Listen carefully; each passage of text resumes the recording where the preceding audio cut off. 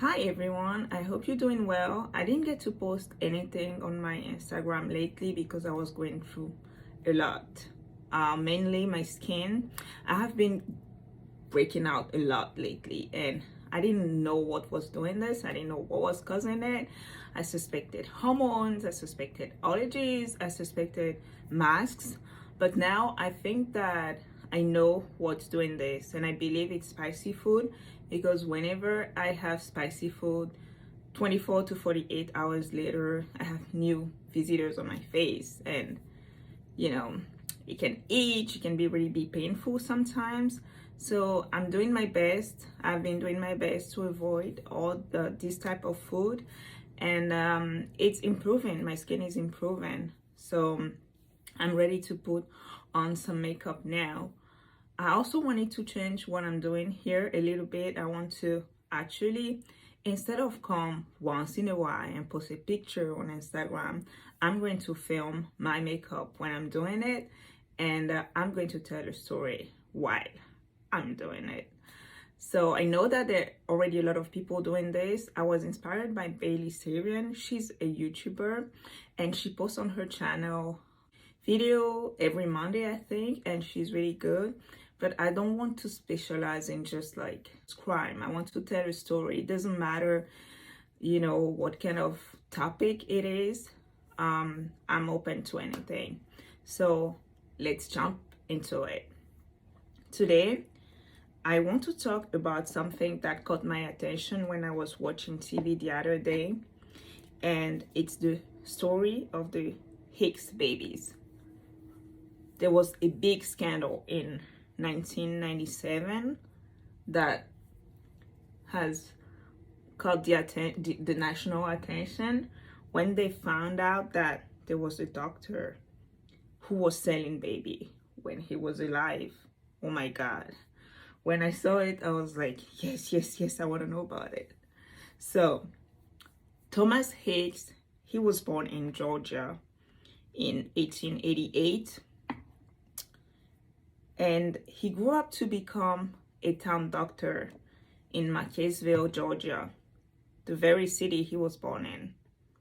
So he owned a clinic there, and what he was doing was performing secretly abortions. I'm saying secretly because, back then, abortion were illegal. So he wasn't allowed to do that. I wonder what happened if something goes wrong.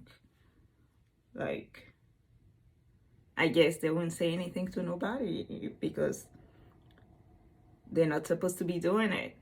So anyway, that's not the question. He was doing that, and he was charging the women $100, I think, $100, and he was just helping them getting rid of their unwanted babies. It is said that the main reason that a lot of them were going to see him was because either they were like too poor, they didn't have enough money to raise the kids, or one of them even said that one of the women said later that the father didn't want her anymore, nor did he want the baby. So I get it. He was helping them, even if it's illegal. His intention was to help them. But the thing is, with time, he began to convince those women that were coming to see him to actually keep the pregnancy. He wanted them to keep it to term and was helping them get rid of it. By doing what? By selling the babies. Like, basically, you go to see this doctor and you're like, oh, I don't want to keep, my baby because of this. And he's telling you, all right, please, I want you to keep the pregnancy to term. And when the baby is born, I'm going to get rid of it. Now, it's not clear if or how much they were like taken in exchange, in return, because I know when I was watching the documentary, there was one woman who said that he, after delivering the baby, he took it from her and he gave her $20 and he told her, go get yourself a nice dress or a pretty dress, something like that. I was like, $20? Like, you take my baby and you give me $20 to go buy a pretty dress? I mean, he was selling those babies for $1,000 back then. Actually, the price range was $600 to $1,000. It's cheap. It's super cheap. $1,000 back then was a lot of money, but it still sounds pretty cheap to me. This story is shocking because all I can think of is that they place an order and then you go to the store to pick it up, because that's what it sounds like. It was not adoption. It was something else. So this doctor will sell the babies to couples that are desperate and will just do anything to the baby. And that's what he was doing. It is said that the women who were buying the baby were asked to come in from the front door. They will do whatever they do inside. They will have the baby, pay the money. They will get out through the back door. That is so weird. That is so freaking weird. Some sources say that they would be asked to come through the back door and they will be handed out the baby. So basically, you get in touch with the doctor, you place your order. When the baby is delivered, you drive and you pick it up and you go home. And they were asked to go home straight after that without stopping anywhere. So can you believe that he did this from 1940 to 1965?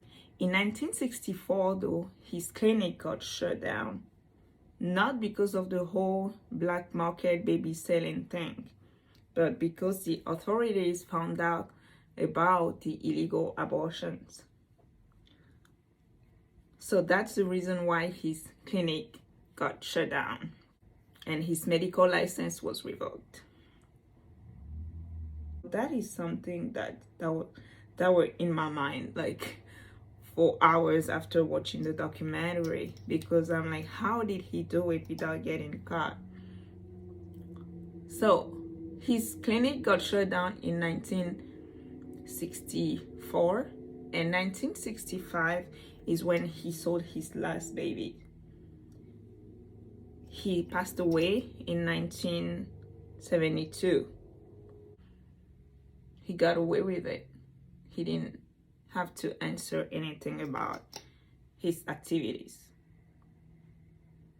before he died. In 1989, Jane Blasio, she's the youngest of the Hicks baby. She's the one who were last sold, the one that were born in 1965. She was trying to find answers about where she come from after being told that she was adopted. Where she come from. She wanted to know about her birth family and stuff like that. Like most of adopted kids, like if I was adopted, at some point I would want answer. I would want to know where I come from. Why didn't my parent, why didn't they take care of me and stuff like that? Why didn't they want to raise me? So that was one of the reasons why she began to dig up. And then she even traveled to Marquesville, tried to meet neighbors, like people who were living like around the clinic, if they remember something. But for years and years, she had to go there like many times because people didn't want to get involved. People were trying to cover for the doctor.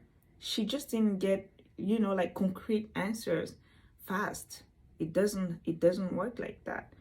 So 25 years after he died is when the whole story broke out nationally. It is shocking.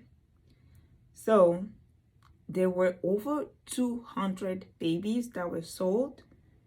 Can you believe it? It's insane. That's a lot. Whatever happened, 200, over 200 babies. He had money. He knew what he was doing. So it's really shocking to me because, I mean, this doctor just died like that, and there's still so many questions that need to be answered. And because no one found out about his activities before, there are just no answers. And this kid grew up looking for answers, looking for where they come from, and there's nothing. There's nothing there. Like, there's something that's just not right, period. There's something that's just not right. When I was watching the documentary, and even when I was, doing my searches, no one actually ever blamed the parents. I'm not trying to blame the parents. I'm not trying to be judgy or something. I also know that it's kind of hard, okay, for some couples to start a family that have fertility issues, and they might not meet the requirement to go through the whole legal process thing. But what I'm trying to say here is that there's something that is not right about this. There's something that is just not, that doesn't feel good, because literally what they did is drive, pay, and then drive the baby home. It doesn't work like that. There's something that doesn't sit well with me for that. And if I was even going to take the case of the doctor, a lot of people came to his defense. A lot of people say nice stuff about him. Like, they were covering up for him. They didn't want to say anything bad, because in their eyes, he was only trying to help. He was selling babies, okay? And there are rumors that he might actually have fathered some of them. Although I'm not sure if it was verified, but what some reports say is that he might have had affairs with some housekeepers or something like that. So I don't know if I could totally think that no one is perfect, obviously. And also, some women said that they were lied to. They were told that the baby died, or that they were stillborn. That makes me think that maybe not all of them agreed to that. What if not all of them actually agreed to give away the baby or selling the baby like that?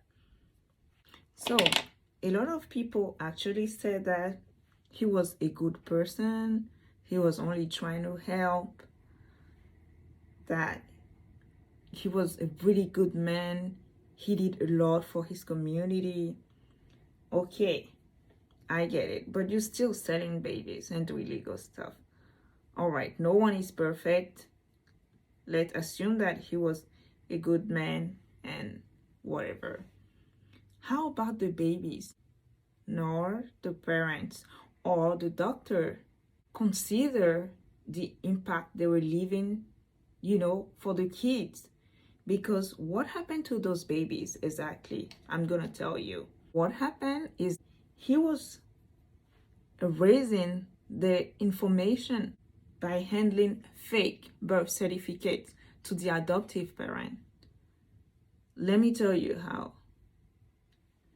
So when the baby were born like that, he would give fake birth certificate to the adoptive parent, which means that on the birth certificate, he was putting his name as the physician, obviously, but then instead of putting the name of the biological parent, of the birth mother, whatever, on the birth certificate, he was putting the name of the adoptive parent as if they were the natural biological parent. So it was falsified. There was nothing for the for the poor babies. I had to finish my eyes and my lips off camera because it was a bit easy for me to do so.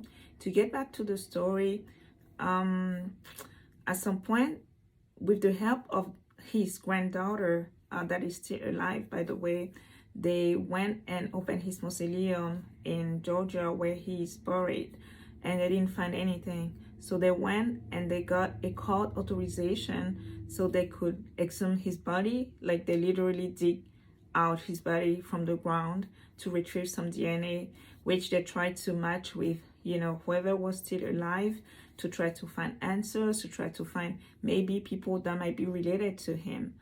Sadly, as of today, out of the 200 babies that were sold, only 14 of them were able to unite with their families. And that is the story of the Hicks babies. Again, a long time has passed and people passed away too. And more we do so as, you know, time goes. And there might just be answer that we'll never know about. There is just some questions that would stay unanswered. And that's it for me today. This is my very first video. Please subscribe to my channel if you love this kind of topic. Also, I am open to suggestion. Leave nice comments. And I'm working on posting more videos like this in the future. So I'll see you in the next one. Thank you.